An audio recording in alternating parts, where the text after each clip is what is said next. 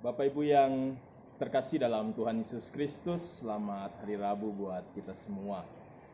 Hari ini juga menjadi hari yang spesial, di mana kita semua sebagai bangsa Indonesia merayakan Hari Kebangkitan Nasional. Dan bagi beberapa rekan-rekan pendeta, hari ini juga menjadi spesial karena hari ini adalah hari ulang tahun pelayanan mereka untuk Pendeta Petris, Pendeta Hendrina, dan juga pendeta-pendeta yang lain. Nah, hari ini kita akan kembali bersama-sama merenungkan firman Tuhan. Di tengah-tengah cuaca yang hujan ini, biarlah kita tetap bersama-sama beribadah, bersemangat untuk merenungkan firman Tuhan. Yang di dalam ibadah ini akan diambil dari Alkitab dalam Perjanjian Baru, Surat Korintus yang pertama pasal 13 ayat 8 sampai 13. Sebelum kita merenungkan firman Tuhan, mari kita berdoa. Tuhan, kami datang kembali menghadap hadirat-Mu. Kami bersama-sama ada dalam persekutuan bersama dengan keluarga kami. Kiranya Tuhan kembali menyatakan berkat-Mu dalam persekutuan ini untuk melengkapi berkat Tuhan yang kami rasakan sepanjang hari-hari yang sudah kami lewati. Kuasai hati dan pikiran kami dengan kuasa Roh Kudus agar kami mampu untuk merenungkan dan juga melakukan firman Tuhan dalam kehidupan kami. Berfirmanlah Tuhan, kami siap mendengarkannya. Amin. Pembacaan Alkitab di dalam surat 1 Korintus pasal 13 ayat 8 sampai 13 menyatakan, kasih tidak berkesudahan, nubuat akan berakhir, bahasa roh akan berhenti, pengetahuan akan lenyap. Sebab pengetahuan kita tidak lengkap dan nubuat kita tidak sempurna. Tapi jika yang sempurna tiba, maka yang tidak sempurna itu akan lenyap. Ketika aku kanak-kanak, aku berkata-kata seperti kanak-kanak. Aku merasa seperti kanak-kanak, aku berpikir seperti kanak-kanak. Sekarang sesudah aku menjadi dewasa, aku meninggalkan sifat kanak-kanak itu. Karena sekarang kita melihat dalam cermin suatu gambaran yang samar-samar, tetapi nanti kita akan melihat muka dengan muka.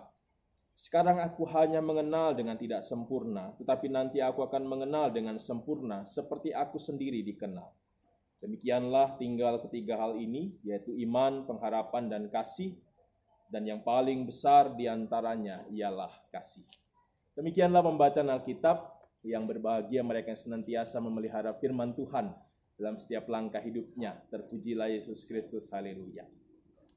Umat yang terkasih dalam Tuhan Yesus Kristus, kalau kita mengingat kembali renungan-renungan kita sepanjang hari-hari yang 2 hari yang kita lewati, khususnya hari Senin dan Selasa yang lalu, kita bersama-sama akan mengingat bahwa renungan yang dituliskan di dalam Sabda Bina Umat itu mengingatkan kepada kita semua tentang karunia-karunia yang diberikan kepada setiap orang-orang percaya, sehingga mereka bisa menyatakan diri mereka dengan karunia-karunia itu.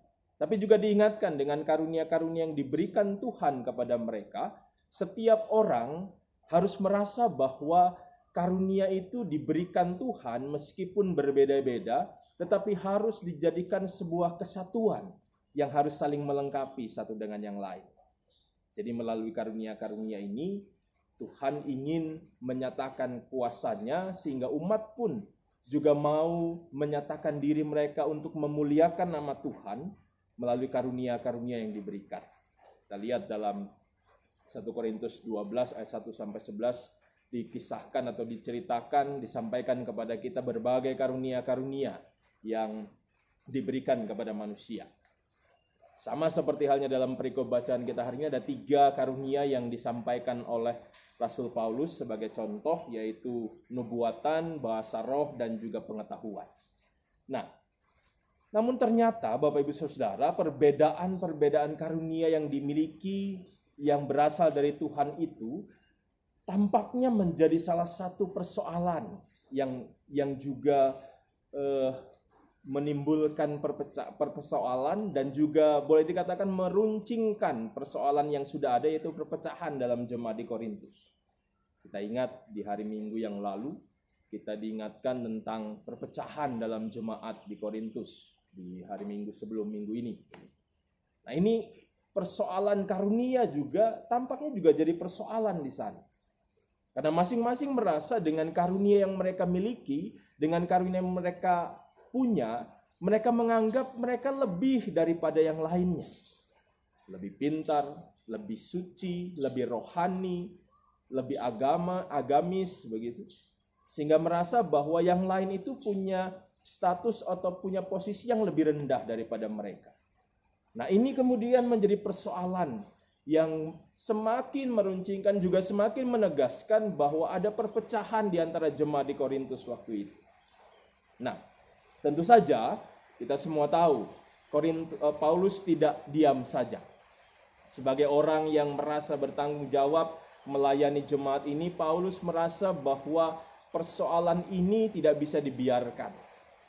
Dia mau menyelesaikan persoalan itu dan dia mau menyampaikan kepada semua umat untuk menjawab persoalan itu dengan mengingatkan mereka semua tentang apa yang sebenarnya paling utama dalam kehidupan orang-orang percaya, bahkan juga dalam kehidupan manusia.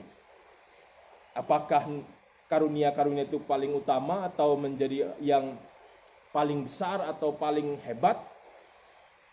Rasul Paulus menyatakan hal yang berbeda. Kita lihat tadi. Pertama-tama saya mau membahas tentang karunia-karunia yang diberikan atau yang disampaikan Paulus dalam perikop bacaan kita. Tentang yang pertama tentang nubuat. Bapak Ibu Saudara, nubuat itu bisa diartikan secara sederhana sebagai sebuah pesan dari Tuhan yang disampaikan lewat perantaraan umatnya atau manusia.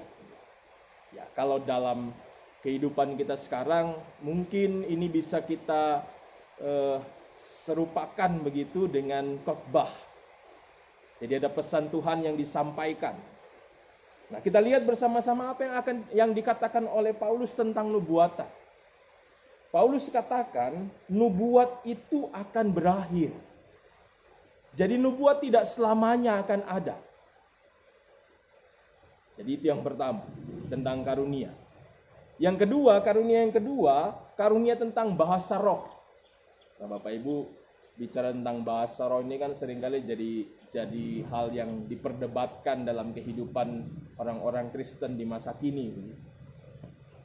Karena ada yang merasa bahwa saya bisa berbahasa roh sehingga yang lain itu tidak rohani karena tidak bisa berbahasa roh. Tapi kita lihat bersama-sama, kalau bicara tentang bahasa roh itu dituliskan oleh Alkitab dimulai dari peristiwa Pentakosta yang dicatat di dalam Kisah Para Rasul pasal 2. Jadi di sana dikatakan Roh Tuhan turun ke dalam rasul-rasul lewat lidah-lidah api seperti bentuknya. Dan apa yang dilakukan oleh rasul-rasul pada saat itu? Ada yang mengatakan bahwa rasul-rasul berbahasa roh seperti yang dikenal di masa kini. Tapi ada juga yang mengatakan bahwa bahasa roh itu adalah bahasa yang bisa dimengerti, bisa dipahami oleh orang-orang yang hadir waktu itu. Yang kalau tidak salah sekitar 11 atau 13 bangsa yang hadir pada saat itu bisa memahami apa yang dikatakan para rasul yang notabene adalah orang-orang Yahudi. Jadi boleh dikatakan tidak ada yang, saya sendiri paling tidak saya sendiri mengatakan saya tidak tahu pasti bahasa roh yang sebenarnya itu seperti apa. Tapi yang jelas menurut Alkitab, bahasa roh itu adalah bahasa yang bisa dimengerti oleh orang-orang yang hadir pada saat itu. Nah, berbicara juga tentang bahasa roh, Rasul Paulus katakan kalau orang berbahasa roh dalam ibadah, ya harus diikuti dengan orang-orang yang bisa menerjemahkan. Karena kalau tidak, akan menjadi percuma bahasa roh itu. Tetapi bicara tentang karunia bahasa roh, kita lihat bersama-sama apa yang dikatakan oleh Paulus tentang karunia bahasa roh. Bahasa roh dikatakan di dalam kembali di ayat 8 akan berhenti. Kita lihat sama-sama. Bahasa roh akan berhenti. Artinya apa? Tidak selamanya akan ada. Hal yang ketiga, karunia yang ketiga yang dikatakan oleh Paulus adalah tentang pengetahuan. Bapak Ibu Saudara, jemaat di Korintus itu kan beragam. Ya, pernah saya sampaikan sebelumnya.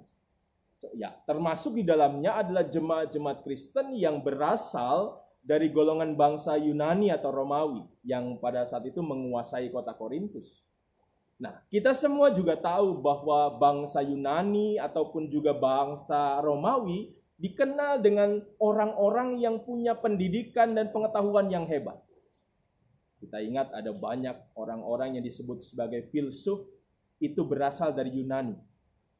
Aristoteles, Plato, dan lain-lain itu adalah contoh-contoh orang-orang yang berasal dari Yunani yang punya pengetahuan luar biasa.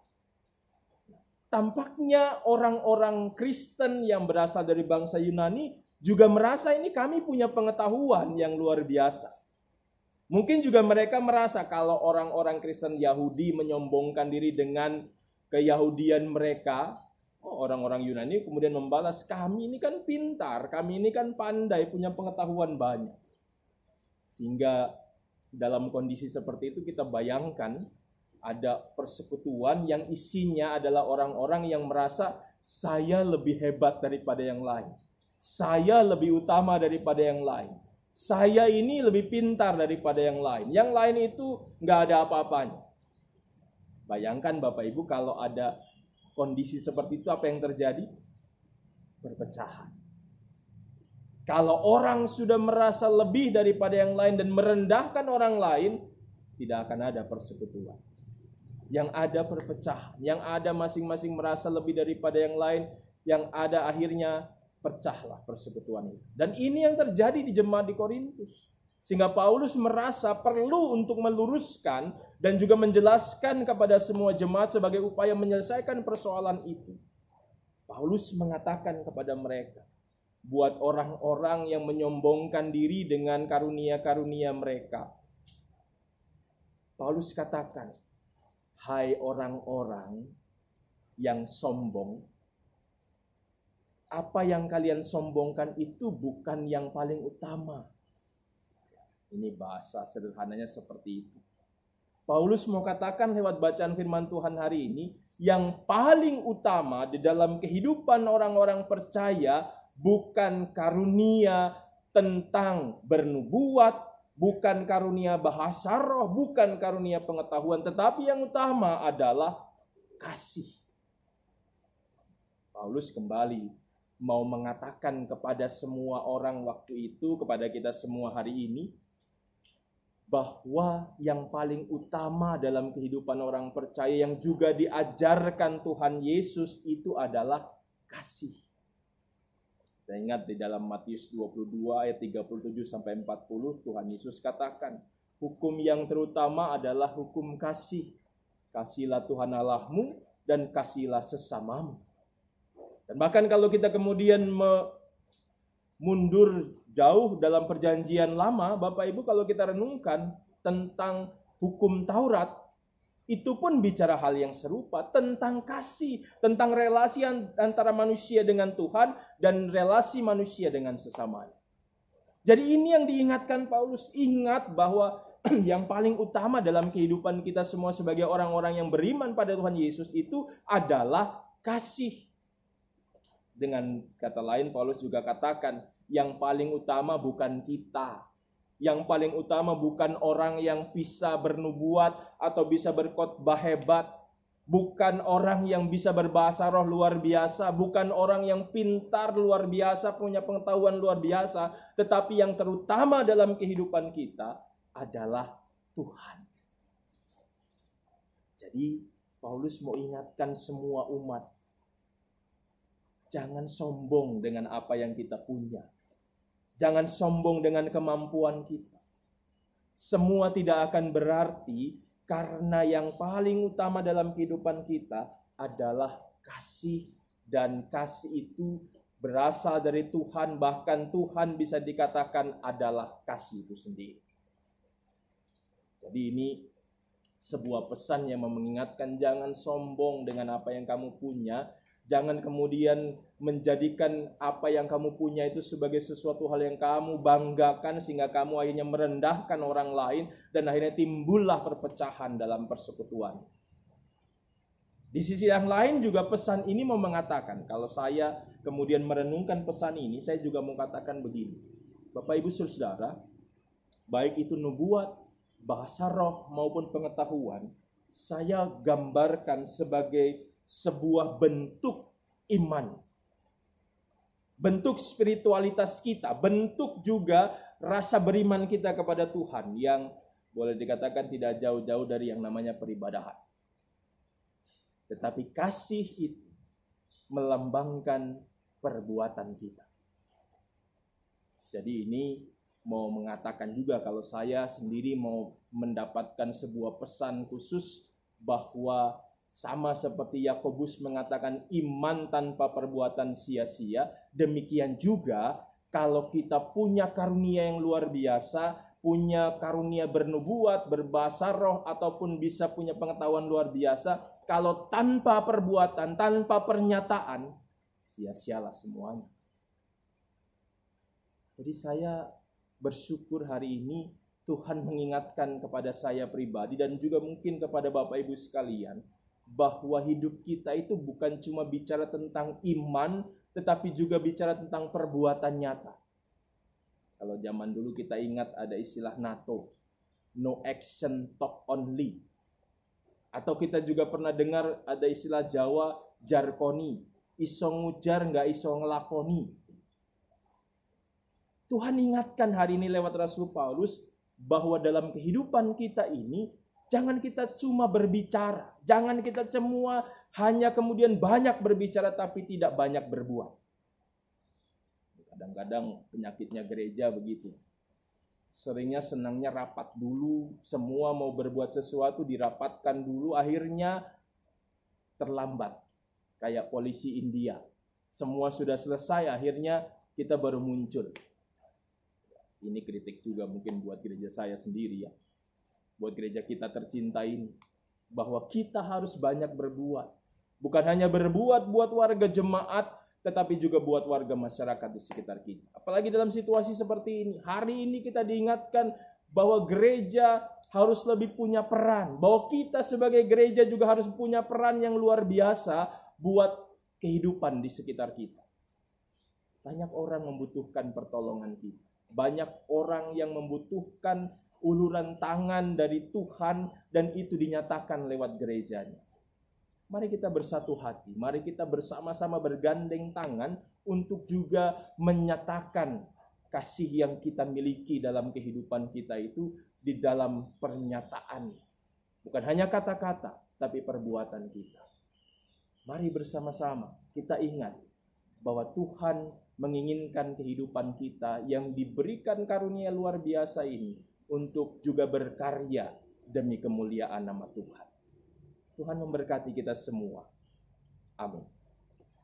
Mari kita berdoa.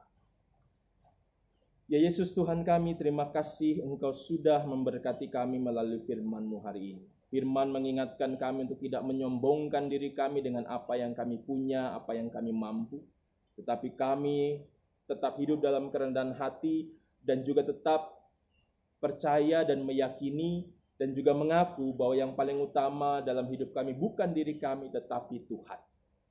Sehingga kami benar-benar hidup dalam kerendahan hati dan kami juga boleh hidup terus memuliakan nama Tuhan dengan talenta dan karunia yang diberikan Tuhan kepada kami.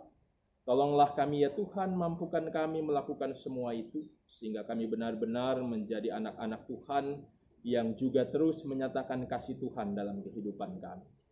Kami saat ini juga berdoa buat kehidupan kami. Kami berserah diri kepadamu Tuhan. Kami percaya Engkaulah penentu dari segala sesuatu yang terjadi. Dan apapun yang Tuhan tentukan bagi kami imani semua adalah yang terbaik. Tuhan mengenal kami, Tuhan mengetahui keberadaan kami. Dan kami hanya ingin berserah diri hanya kepadamu ya Tuhan. Tolonglah kami untuk terus dekat dengan Tuhan. Agar dalam setiap langkah kehidupan kami tetap yakin, kami tetap beriman, kami tetap berharap kepada Tuhan. Dan pengharapan kami kepada Tuhan kami imani tidak akan pernah mengecewakan kami. Dalam situasi dan kondisi yang penuh dengan tantangan dan pergumulan ini, biarlah kami tetap beriman kepada Tuhan. Percaya bahwa Tuhan senantiasa ada dan menopang kehidupan kami. Kami menyerahkan juga gereja kami, tempat di mana kami bersekutu bersama-sama, bahkan bersama dengan gereja-gereja Tuhan dimanapun berada. Tuhan berkati semua, para pelayan-pelayan-Mu, warga jemaat, dan semua yang ada, baik karyawan juga, host dan semua yang terlibat dalam pelayanan gereja ini. Tuhan memberkati kami semua, Tuhan berkati juga keberadaan kami, sehingga kami sebagai gereja Tuhan juga boleh terus menyatakan kasih Tuhan di dalam hidup kami. Sehingga kami sebagai gereja Tuhan juga terus menjadi saluran berkat Tuhan di tengah-tengah keberadaan kami. Sehingga nama Tuhan semakin dimuliakan lewat pelayanan dan juga kesaksian yang kami lakukan.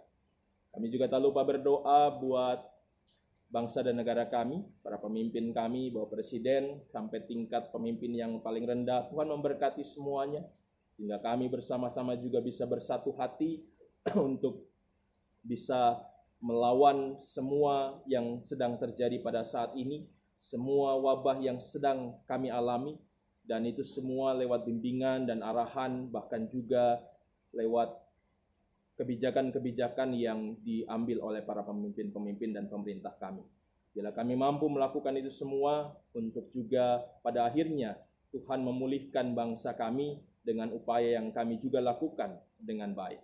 Kami juga doakan semua tenaga-tenaga medis, semua juga yang terlibat di tengah-tengah keberadaan virus atau pandemi virus COVID-19 ini. Tuhan memberkati semua pihak yang ada di dalamnya. Tuhan berkati juga para ilmuwan yang saat ini berusaha keras untuk mencari vaksin untuk melawan virus COVID ini. Tuhan memberkati semuanya. Aparat negara TNI dan Polri, kami juga doakan mereka semua bersama dengan keluarga, untuk mereka juga bisa terus merasakan penyertaan Tuhan dalam hidup mereka. Kami berserah diri Tuhan, menyerahkan semua keberadaan kehidupan kami semua, dan kami berserah diri kepada Tuhan Yesus Kristus, Tuhan dan Juru Selamat kami yang hidup. Amin. Selamat sore, Tuhan memberkati kita semua. Selamat hari Rabu, selamat beribadah.